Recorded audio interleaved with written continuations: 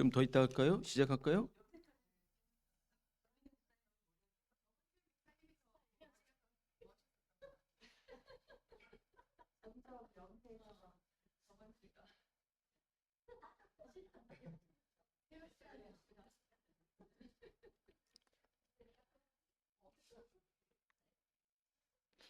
예, 예배 시작하도록 하겠습니다. 다 같이 사도신경으로 신앙 고백하심으로 주일 예배 함께 드리시겠습니다. 나는 전능하신 아버지 하나님 천지의 창조주를 믿습니다. 나는 그의 유일하신 아들 우리 주 예수 그리스도를 믿습니다. 그는 성령으로 잉태되어 동정녀 마리아에게서 나시고 본디오 빌라도에게 고난을 받아 십자가에 못 박혀 죽으시고 장사된 지 사흘 만에 죽은 자 가운데서 다시 살아나셨으며 하늘에 오르시어 전능하신 아버지 하나님 우편에 앉아 계시다가 거기로부터 살아있는 자와 죽은 자를 심판하러 오십니다. 나는 성령을 믿으며 거룩한 공교회와 성도의 교제와 죄를 용서받는 것과 몸의 부활과 영생을 믿습니다. 아멘. 찬송가 29장 찬송하시겠습니다.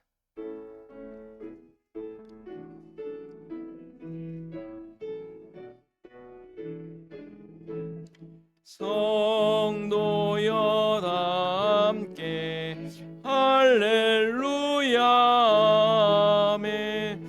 주 찬양하여라 할렐루야 아멘.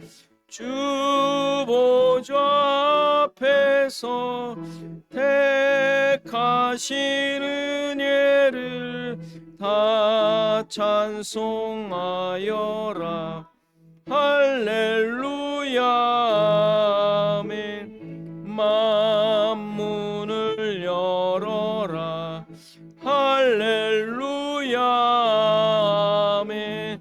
온 하늘 울려라 할렐루야 아멘. 인도자 되시며 친구가 되신 주 그 사랑 끝없다 할렐루야 아멘. 주 찬양하여라 할렐루야 아멘. 찬양은 끝없다 할렐루야 아멘. 거룩한 집에서 준총 기리며 늘 찬송 부르자 할렐루야 아멘.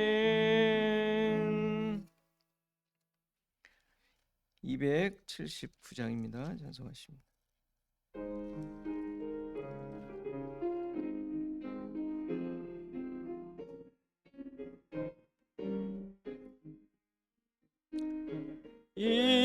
인내하신 구세주여 내가 비오니 죄인 오라실 때에 날 부르소서. 주여 주여 내가 비오니 죄인 오라실 때에 날 부르소서. 자비하신 보좌 앞에 꿇어엎드려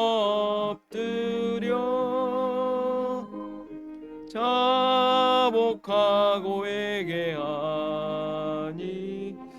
믿음 주소서. 주여 주여 내가 비오니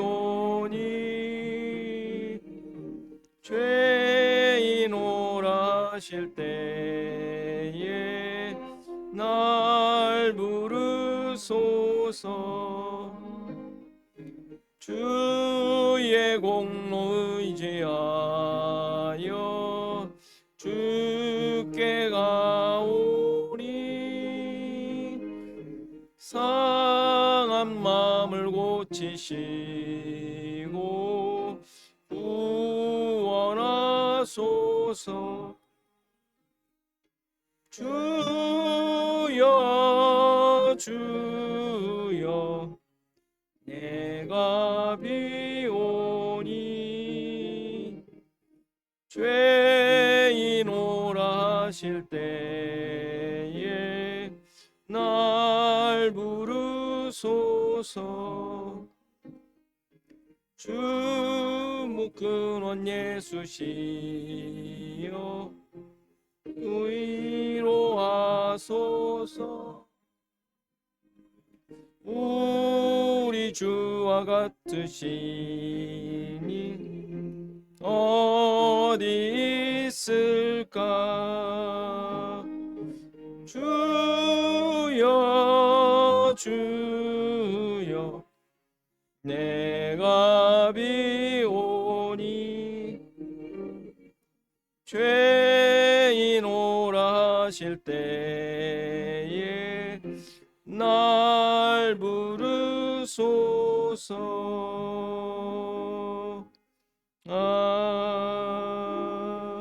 아멘. 교독문 교독하겠습니다. 42번 시편 98편입니다.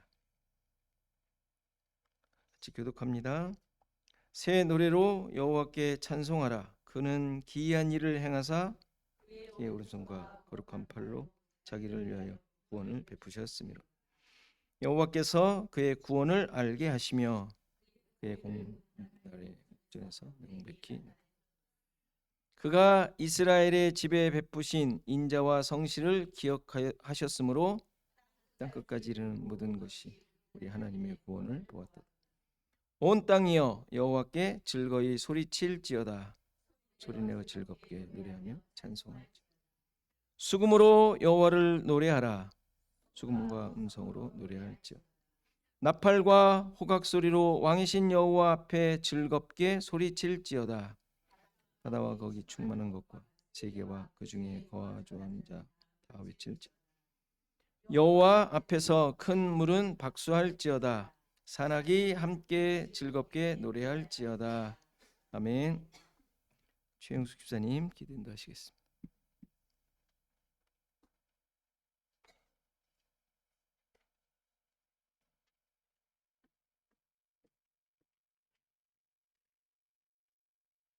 하나님 감사합니다. 하나님의 사랑으로 죄인이었던 우리들을 택하시고 예수 그리스도의 구속하심과 구속을 통하여 예수 그리스도의 사랑을 깨닫게 하여 주심에 감사드립니다.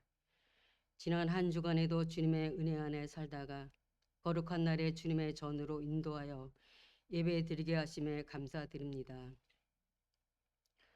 이 시간에 예배 드릴 때에 우리 예배를 받아 주시옵시고 우리의 심령이 오직 말씀과 성령으로 충만하사 우리를 향한 하나님의 사랑과 뜻을 알고 그 뜻의 순종과 행함 속에 믿음을 더하여 주시옵소서. 예배가 삶이 되고 삶이 예배가 되게 하여 주시옵시고 주일이라는 날에만 예배 드리는 것이 아니라 매일매일 우리의 삶이 예배가 되게 하여 주시옵소서. 우리의 생각으로는 하나님의 뜻대로 살아간다고 하지만 우리의 믿음은 하나님의 뜻대로 살지 못할 때가 너무나 많았습니다. 그러나 주님, 연약한 우리들을 통하여 하나님의 의를 나타내시기를 원하시는 주님, 우리의 연약함을 통하여 하나님의 뜻과 사랑을 나타내게 하여 주시옵소서. 주님, 주안학교의 성도님들 가운데 아픈 분들이 있습니다. 주님께서 치료하여 주시옵시고 또 문제가 있는 성도님들도 계십니다. 고난이 내게 유익이라고 말씀하신 주님, 우리들은 그 문제를 알 수 없지만 고난을 통한 하나님의 계획하심과 뜻과 사랑을 깨닫게 하여 주시옵소서. 지금 많은 나라들이 재난으로 고통당하고 있습니다. 재난을 당한 사람들을 긍휼히 여겨 주시옵시고, 하나님은 악인에게도 선인에게도 비를 내리신다고 하셨사오니 우리들은 하나님의 뜻을 알 수 없지만 재난을 통하여 하나님의 일하심이 나타나게 하여 주시옵소서. 이 시간에 말씀을 전하시는 목사님께 성령님께서 함께하사 진리의 말씀이 선포될 때에 우리가 진리의 말씀을 깨달아 주님 중심으로 살아가는 주 언약교회 성도님들이 되게 하여 주시옵소서. 또한 해외에서 사역 가시는 선교사님들 기억하여 주시옵시고, 특히 자녀들을 기억하사 어려운 가운데서도 믿음을 잃지 않게 성령님께서 불꽃 같은 눈으로 지켜주시옵시고, 자녀들을 통하여 하나님의 뜻과 계획이 이루어지게 하여 주시옵소서. 죄인을 택하시고 죄인을 통하여 하나님의 뜻, 주님의 사랑에 감사하며 예수 그리스도의 이름으로 기도드렸습니다. 아멘.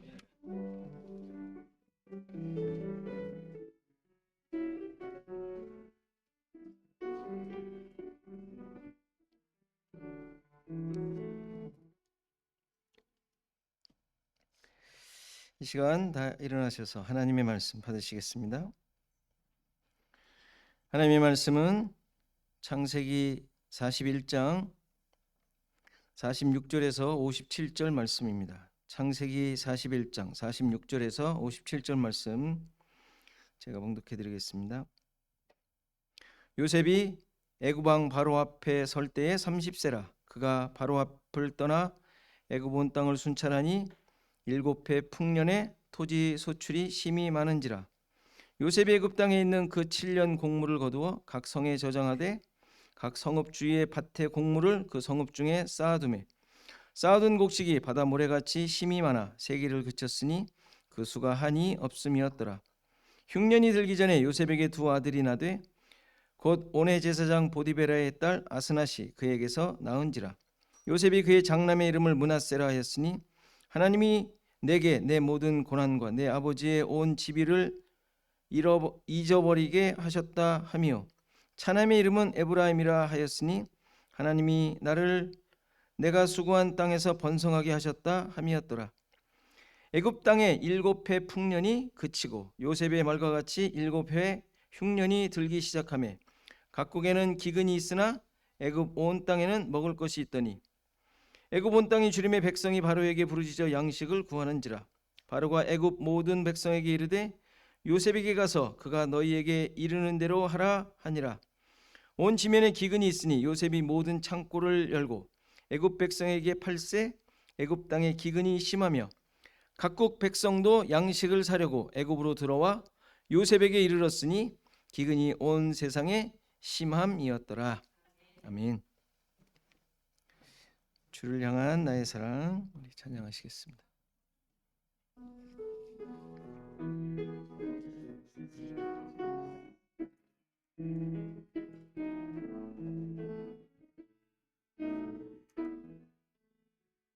주를 향한 나의 사랑은 주께 고백하게 하소서. 아름다운 주의 그늘 아래 살며 주를 보게 하소서. 주님의 말씀 선포될 때에 항만을 진동하리니 나의 사랑 고백하리라. 나의 구주 나의 친구 부드러운 주의 속삭이 나의 이름을 부르시네. 주의 능력 주의 영광을 보이사 성령을 부소서. 하소서. 메마른 곳 거룩해지도록 내가 주를 찾게 하소서. 내 모든 것 주께 드리리. 나의 구주 나의 친구 온 마음으로 주를 바라며 나의 사랑 고백하리라. 나를 향한 주님의 그 크신 사랑 원해. 주의 은혜로 용서하시고 나를 자녀 삼아 주셨네. 나의 사랑 고백하리라. 나의 구주 나의 친구.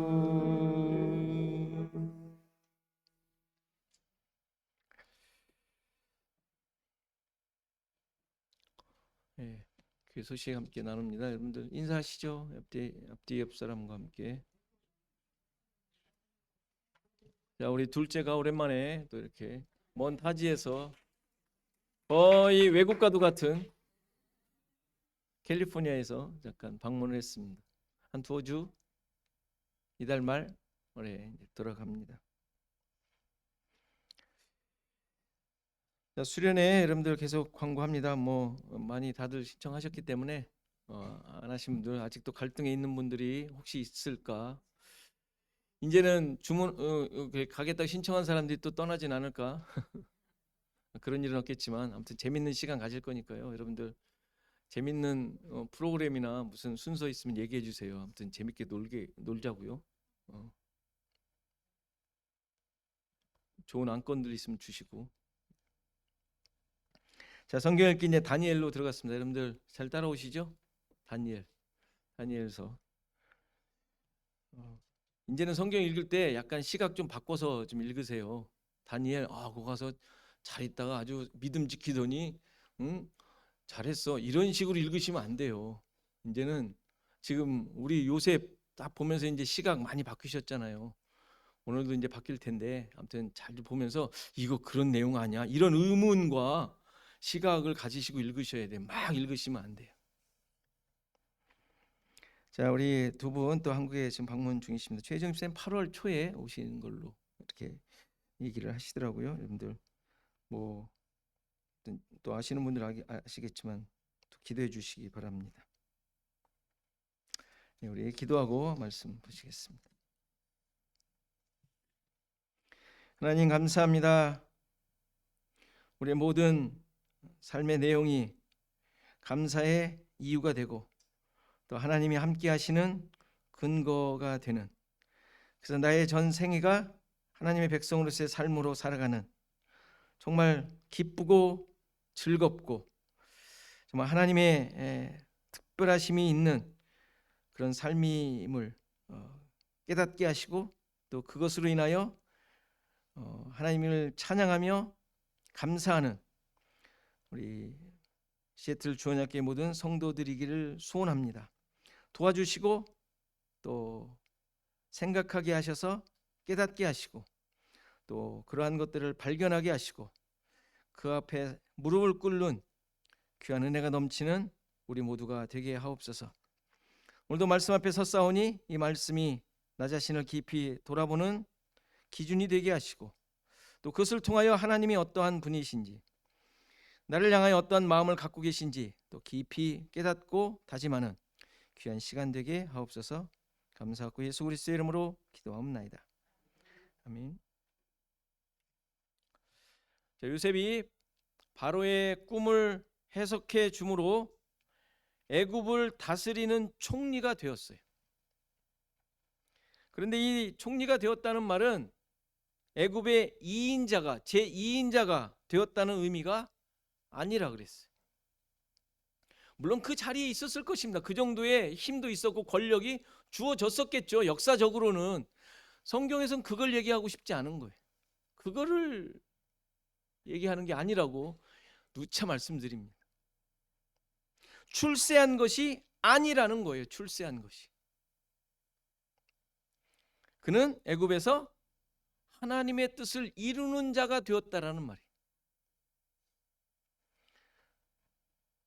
물론 총리가 되었기 때문에 하나님의 뜻을 드러낸다는 것이 아니에요.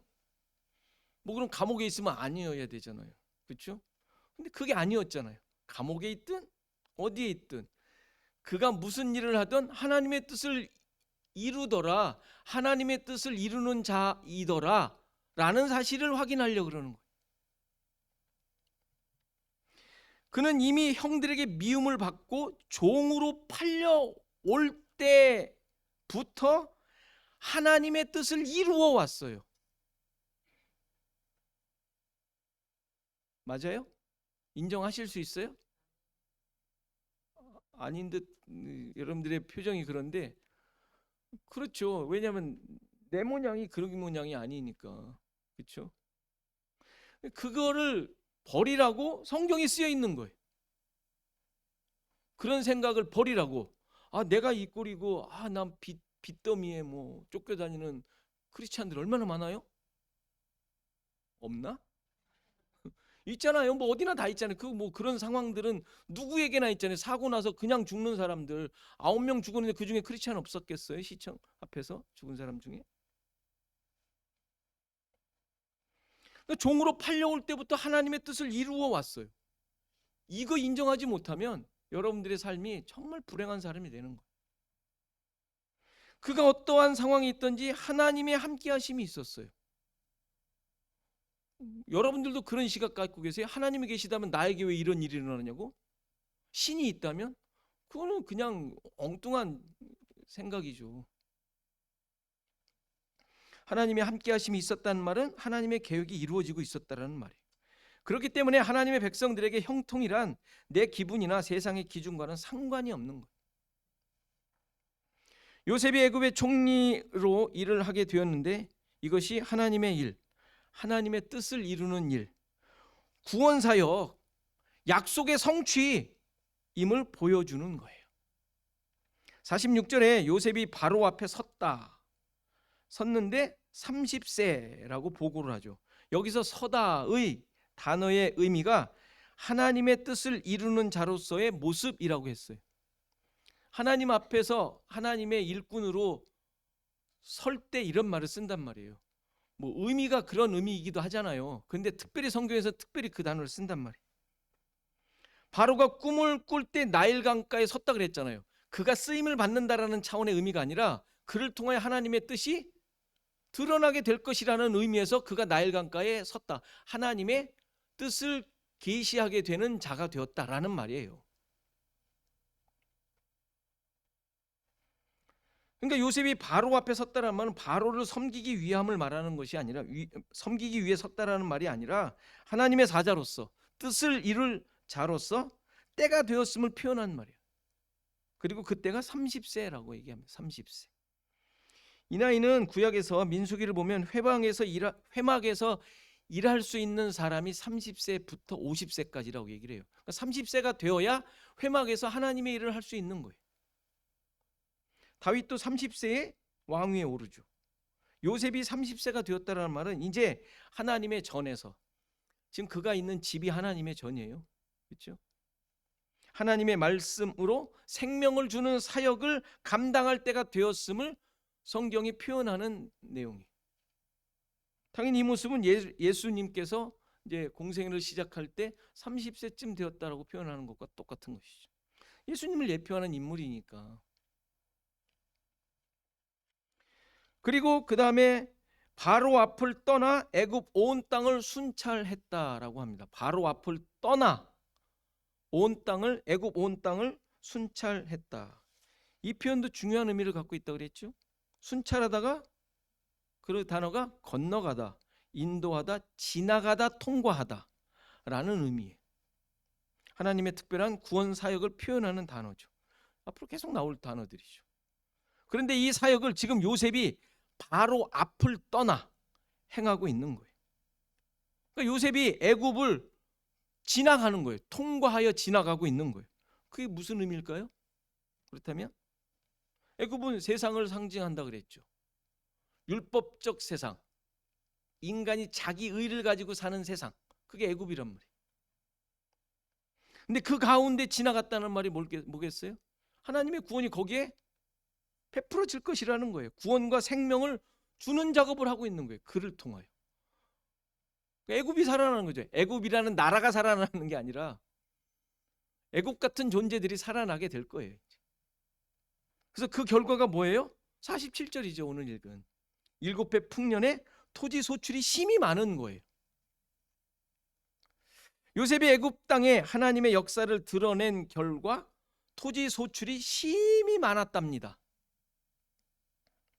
하나님의 구원 역사가 드러난 결과로 풍년이 되어 소출이 많았대요.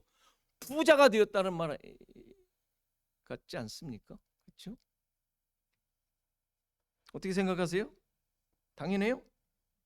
뭔가 이상한 걸 또 발견해야 돼요. 여러분들이 그건 아닌 것 같은데 그거 아니었잖아. 이렇게 읽으셔야 된단 말이에요. 여러분들 이게 지금 성경은 그것을 말하는 것이 아니에요. 물론 꿈의 내용대로 풍년이 들어서 소출이 많았을 수 있어요. 많았겠죠. 부자가 되었다. 그들은 걱정 없이 살았대. 이 얘기를 쓴 게 아니란 말이에요. 그런데 47절에 성경이 그렇게 표현하지 않아요. 원문에 가깝게 번역하면 이렇습니다.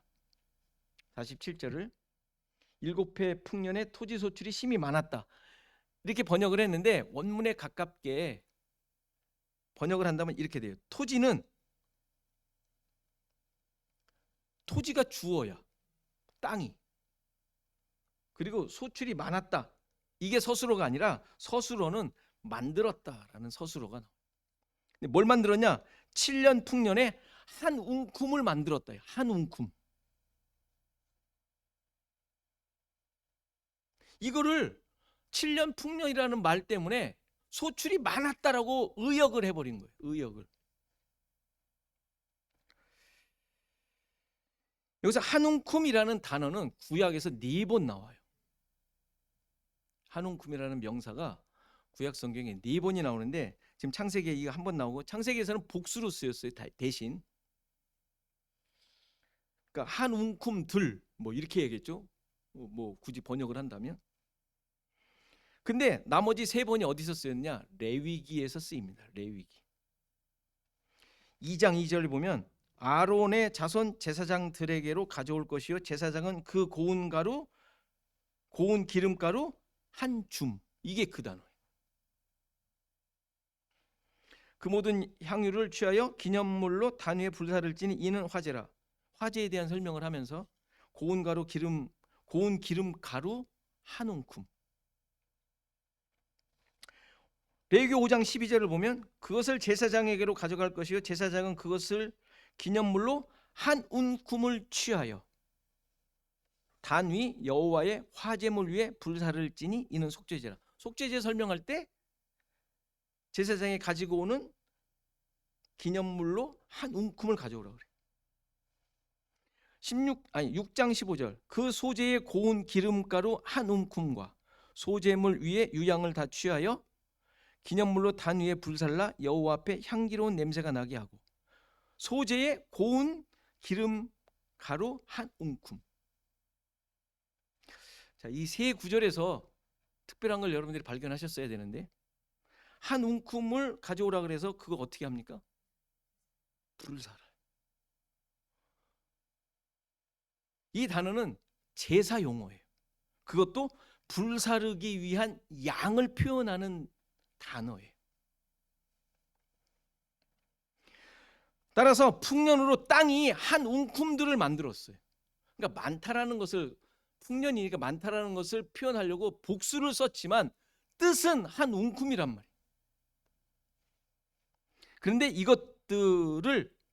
이것들은 풍년의 소출 땅이 만들어낸 그 한 웅큼은 다 불태워져야 할 것이라는 사실을 말하고 있는 거예요. 굳이 이 단어를 왜 썼겠어요? 그냥 많이 소출이 많았다 이러면 되잖아요. 진짜 말 그대로. 근데 왜 이 단어를 쓰냐고요? 구약에 보니까 태워져야 할 내용들이네.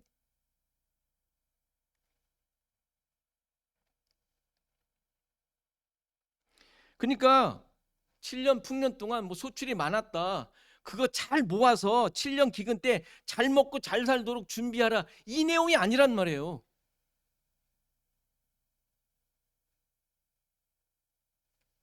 굳이 제사에서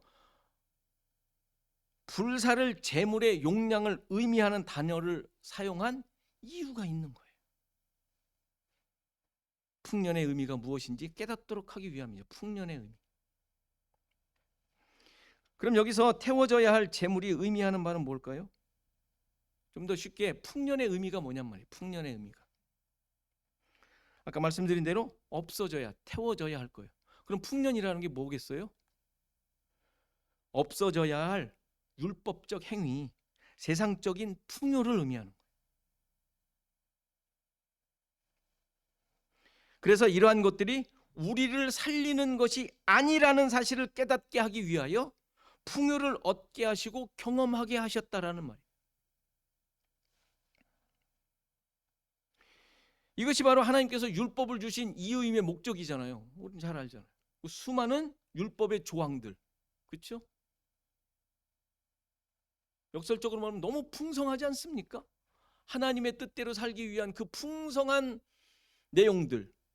그런데 그것이 다 없어져야 할, 제거되어야 할 내용들인 것이죠.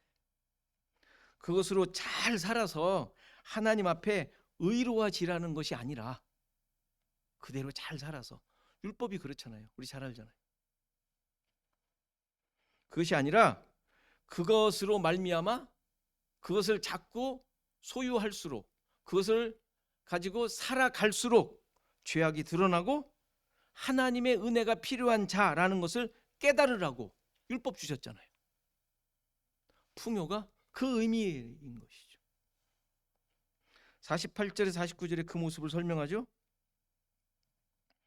요셉이 그 7년 곡물을 각 성읍에 저장하여 두었다라고 합니다. 여기 저장했다, 쌓아두었다, 이 단어가 주다, 놓다, 세우다라는 기본적 의미가 있는 단어예요. 그리고 또 의역을 한 것이죠. 근데 여기서 곡물이라고 했지만 grain이라는 의미가 아니라 그냥 음식, 양식이라는 단어예요. 그러니까 뭐겠어요? 요셉이 양식을 세워놓은 거예요. 왜 표현을 왜 이런 단어를 쓰냔 말이에요. 왜? 그렇죠? 단순히 저장했다는 의미가 아니라 하나님께서 주실 생명의 양식으로 세워 놓았다라는 말이에요. 이 사실을 요셉이 자녀를 낳은 것으로 설명을 해요. 50절에서 52절이 그 내용인데, 아니 지금 풍년 얘기 나오는데 왜 갑자기 애를 낳았다라는 그 얘기를 하겠어요? 갑자기? 그래서 두 아들의 이름까지 설명을 하지 않습니까? 본문의 이 내용상 없어도 되는 거예요. 그 흐름과 상관이 없는, 흐름을 깨는 내용이죠. 이 본문에서. 그러나 요셉이 7년 풍년 때 행한 일이 무슨 의미인지를 설명해 주는 거예요. 두 아들을 낳았는데 첫째는 므낫세, 이거 둘째는 에브라임이라고 합니다. 므낫세의 뜻은 하나님이 내게 내 모든 고난과 내 아버지의 온 집안일을 잊어버리게 하셨다. 성경 그대로 설명한 대로, 그러니까 잊어버림이라는 데 있다라는 뜻이에요. 므낫세가 모든 고난과 내 아버지의 온 일은 지금까지 그가 겪어온 모든 일들이겠죠. 그렇죠? 계속 겪어왔던, 억압당하고 그가 뭐 아무튼 갇히고 팔리고 보잘것없는 존재로 되어지는 것, 그게 뭐겠어요? 율법이 자행한 일이에요. 율법적인 일들이죠. 그렇죠? 그 안에 있었던 모든 것들, 당연히 잊어버려야 할 것들이, 잊어버려야 할 것들, 없어져야 할 것들. 반면에 에브라임의 뜻은 수고한 땅에서 번성하게 하셨다 라는 의미죠. 의미라고 지금 설명하잖아요. 그렇죠? 번성함, 창성함의 의미입니다. 다시 말해서 두 아들을 통하여 풍년과 흉년의 의미를 설명하고 있는 거예요. 잊게 하시고 그래야 갑절의 열매를 맺게 하신다라는 말이죠. 풍년을 통한 자신의 만족, 자신을 몰아왔던 자기의 자기 되게 했던 잘남, 자랑 등이 부서지고 파괴되고 잊어져야 참된 양식이 주어지는 안식을 얻게 된다는 말이에요. 그 두 아들을 통해서 지금 이 흐름에 설명을 하고 있는 거예요. 그냥 엉뚱하게 갑자기 나온 두 자녀를 낳았다라는 말이 아니라 지금 이 풍년이 들고 흉년이 드는 그 내용이 무엇인지 그 중간에 자식 낳는 이 사건을 통하여 설명하고 있는 거예요. 이렇게 자식을 낳고 나서 그 다음 절에 뭐라 그래요? 흉년이 시작되지 않습니까? 바로 53절부터 풍년이 그치고 7년 흉년이 시작이 됩니다. 자, 그런데 이 내용에도 또 우리가 의아하게 생각되는 봐야 하는 표현들이 있습니다. 애굽에는 먹을 것이 있다 그랬죠. 54절에 각국에 기근이 있고 있으나 애굽 온 땅에는 먹을 것이 있더니, 그런데 55절에 온 백성이 굶주린대요. 애굽 온 땅이 굶주렸대요. 그래서 백성이 바로에게 이제 하소연을 하는 장면이 55절에 나옵니다. 앞뒤가 안 맞죠? 그들이 7년의 풍년 동안 잘 준비했다면 7년 먹을 거 백성들이 준비 못했겠어요? 그러라는 거 아니었어요? 그래서 요셉을 세운 거 아니에요? 바로가 그래서 세웠잖아요. 이렇게 지혜 있고 똑똑한 사람을 어디서 얻겠냐 하면서 세웠잖아요. 그럼 이거 해야 될 거 아니에요? 그거 한 게 아니네. 그런 얘기가 아닌 거예요. 지금 이게 잘 준비해서 개미와 배짱이 얘기가 아니라니까요.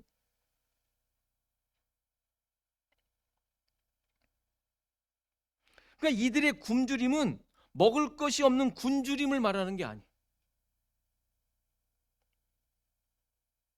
그동안 있었던 풍요함도 먹을 것이 풍부했다라는 것을 말하는 것이 아니었던 것처럼 백성들이 굶주림에 부르짖자 바로는 요셉에게 가서 그의 말을 들으랍니다. 아니, 국가적 재난 아니에요? 어마어마한 일 아닙니까? 그런데 바로는 요셉에게 가래요. 요셉만이 그 굶주림을 해결할 수 있는 사람. 요셉이 가지고 있었던 것이 무엇일까요? 그가 창고를 열어 애굽 백성에게 팔았답니다. 여기서 창고를 열었다라는 문장에 창고라는 단어가 없어요. 그것도 의역을 한 거예요.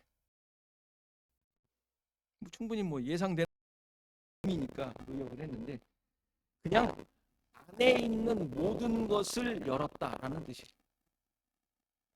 애굽 안에 있는, 아니면 요셉 안에 있는 모든 것을 열었다. 이게 뭘까요? 당연히 아까 저장해 놨던 양식 곡물일 거예요. 그러나 단순한 곡식이 아니라 요셉이 저장하여 가지고 있었던, 자기가 가지고 있었던, 어디다가 아무튼 아까 세워놨다 그랬잖아요. 세워놨던 생명의 양식을 의미하죠. 당연한 건 너무 자연스럽게 이해되는 문장 아니에요? 너무 우리가 그냥 부자 됐다 이걸로만 해석하니까 이런 게 안 보이는 거예요. 생각이 안 되는 거예요. 이렇게 이해할 수 있는 근거가 열다라는 동사예요. 이 단어는 하나님께서 그의 사역을 행하실 때 사용된 동사죠. 하나님께서 입을 여세요. 하늘을 여시고 광야에서 반석을 가르셔요. 가르셨다, 가르다라는 게 이 열다라는 거 똑같은 단어예요. 그래서 입을 여시고 하늘을 여시고 반석을 가르셔서 그의 백성들에게 필요를 채워주시는 사역을 하셨죠. 일을 하셨죠. 그렇죠? 그러니까 이 여는 것은 하나님께서 그의 백성들을 향하여 주시는 하나님의 사역을 말하는 거예요. 사역을 하기 위해 여시는 거예요. 누가 열어요? 하나님이 여시는 거예요. 하나님이 여시는 거예요. 요셉이 열죠. 하나님 예수님을 성령을 대변하고 있으니까. 지금 요셉이 애굽의 백성들을 살리기 위해 열어 그들에게 생명을 주고 있는 일이에요. 그러니까 진짜 기근이 무엇인지 확인하고 있는 거예요. 풍년으로 풍성한 것들을 소유하고 배부른 것처럼 보였지만 이들을 만족시킬 수 있는 것은 요셉에게 와서 하나님께서 공급하시는 것으로 채워져야 한다라는 것을 지금 보여주고 있는 거예요.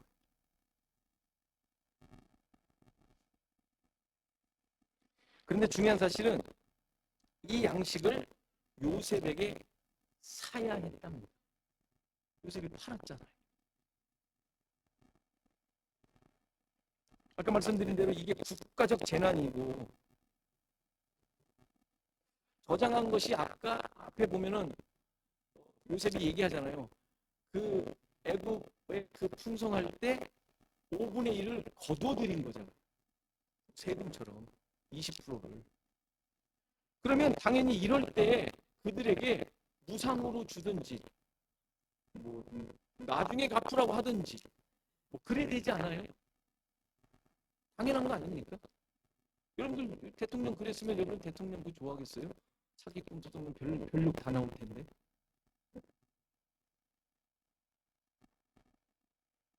당연히 거저 주었어야 할 내용이지만 요셉은 그렇게 하지 않아요. 백성들이 자신의 있는 것들, 자신이 가지고 있는 것들을 다 가지고 와서 사도록 했습니다. 이 내용이 좀 더 뒤에 이제 다음 장부터는 이제 요셉의 형제들이 오는 기록이 나오고 47장에 가면 기근이 더욱더 심해지게 되는데 그때 백성들이 가축을 가져오고 결국에는 그들이 몸과 그들이 가지고 있었던 토지까지 다 내놓고 바로의 종이 되는 일이 나옵니다. 그러니까 사도록 자기 것을 다 내놓도록 한 이유가 뭘까요? 이 가뭄을 통하여 무엇을 가르쳐 주려고 그럴까요? 너무 뻔한 답들 아닙니까? 근데 왜 그렇게 무슨 뭐 삶의 수단으로 다 성경을 봐가지고 자신이 가지고 있는 모든 것이 다 팔려야 한다는 사실을 보여줘. 이렇게 빈 털터리가 되고 자신의 가치가 완전히 부인되어야만 진정한 양식을 먹게 되고 하나님의 백성이 될 수 있음을 보여주는 게 기근의 의미예요.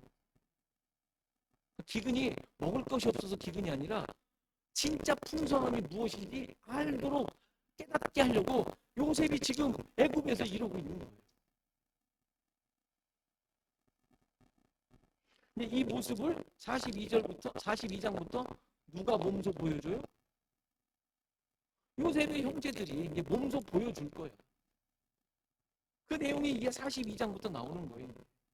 그들이 어떻게 빈 털터리가 되는지, 얼마나 가치 없는 존재가 되는지, 지들이 팔았던 요셉보다 더 가치 없는 존재가 되잖아요. 그 앞에 무릎을 꿇쳤습니다. 요셉의 종이 되잖아요. 그렇죠? 지들이 팔았던 종모의 종이 됐으니. 그렇죠? 이것이 바로 하나님의 자녀이며 하나님의 백성의 진짜 본질적 모습이 무엇인지를 보여주는 거예요. 여러분의 모습은 어떻습니까? 포기된 자들이 있는 거예요. 한번 기근 한번 당해봐요. 그래 봐야 이제 뭐 조금 하나님의 또 이런 거예요. 그러니까 나를 만들고 있는 것이 무엇인지 늘 확인하셔야 돼요. 늘 말씀드리죠.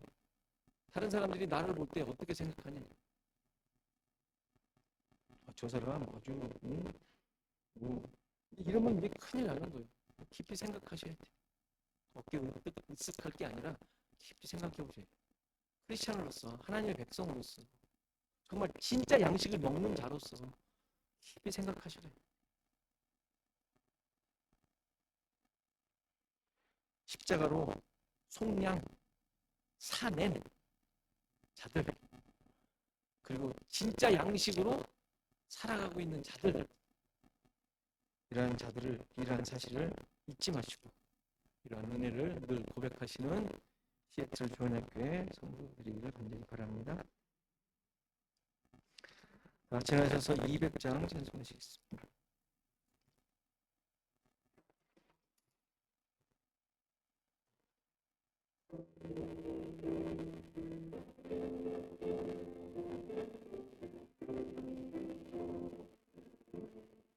알고 묘한 그 말씀, 생명의 말씀은 귀한 그 말씀 진실로 생명의 말씀이 나의 길과 믿음 밝히 보여주니 아름답고 귀한 말씀 생명샘미로다. 아름답고 귀한 말씀 생명샘미로다. 귀한 주님의 말씀은 내 노래 되도다. 모든 사람을 살리는 생명의 말씀은 하도 없이 받아 생명길을 가니 아름답고 귀한 말씀 생명샘미로다. 아름답고 귀한 말씀 생명샘미로다. 널리 울리어 퍼지는 생명의 말씀은 마음의 용서와 평안을 골고루 주나니 다만 예수 말씀 듣고 복을 받네. 아름답고 귀한 말씀 생명샘미로다. 아름답고 귀한 말씀 생명샘미로다. 아멘.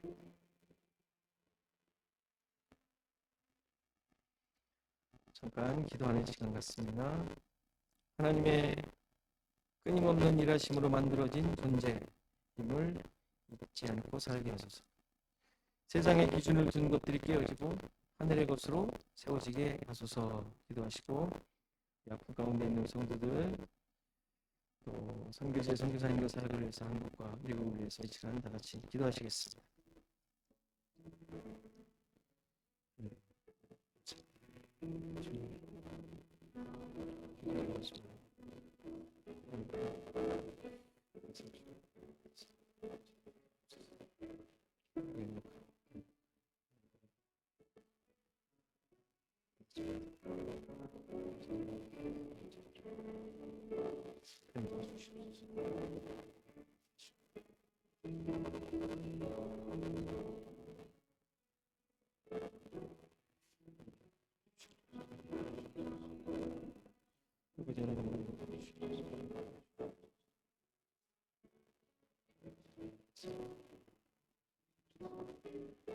아버지 하나님,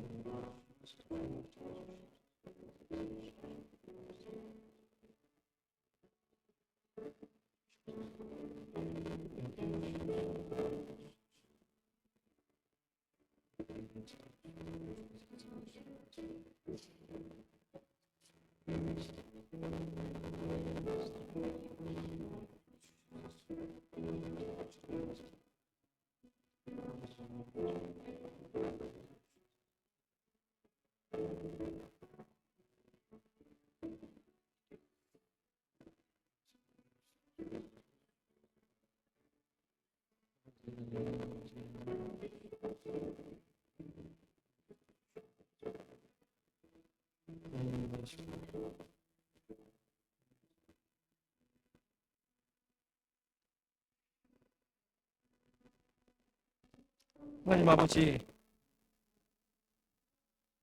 내가 지금 이곳에 있고 이러한 모습으로 있는 것은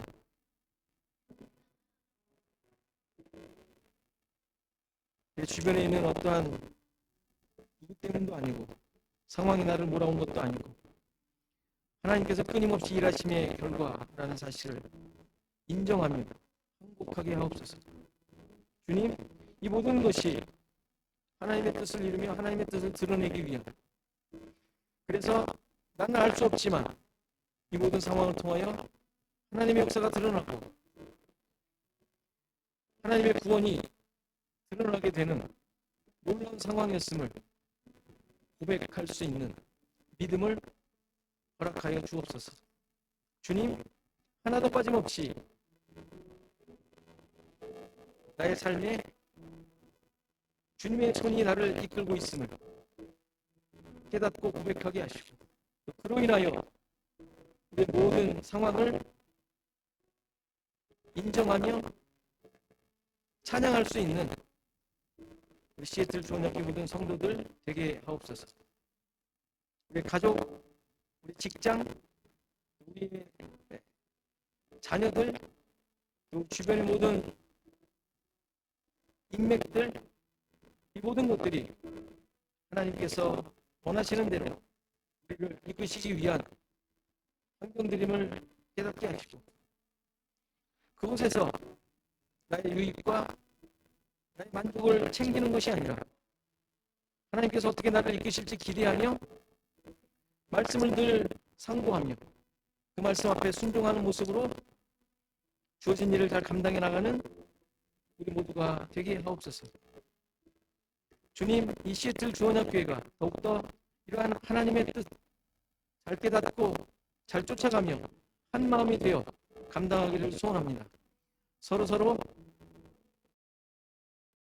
나누게 하시고 또 한 마음이 되게 하시고 서로를 이해할 수 있는 마음도 주셔서 지금 주어진 상황 속에서 이 미국에서 더 시각을 열어 전 세계를 향한 하나님의 뜻을 잘 이뤄갈 수 있는 우리 교회 성도옵소서.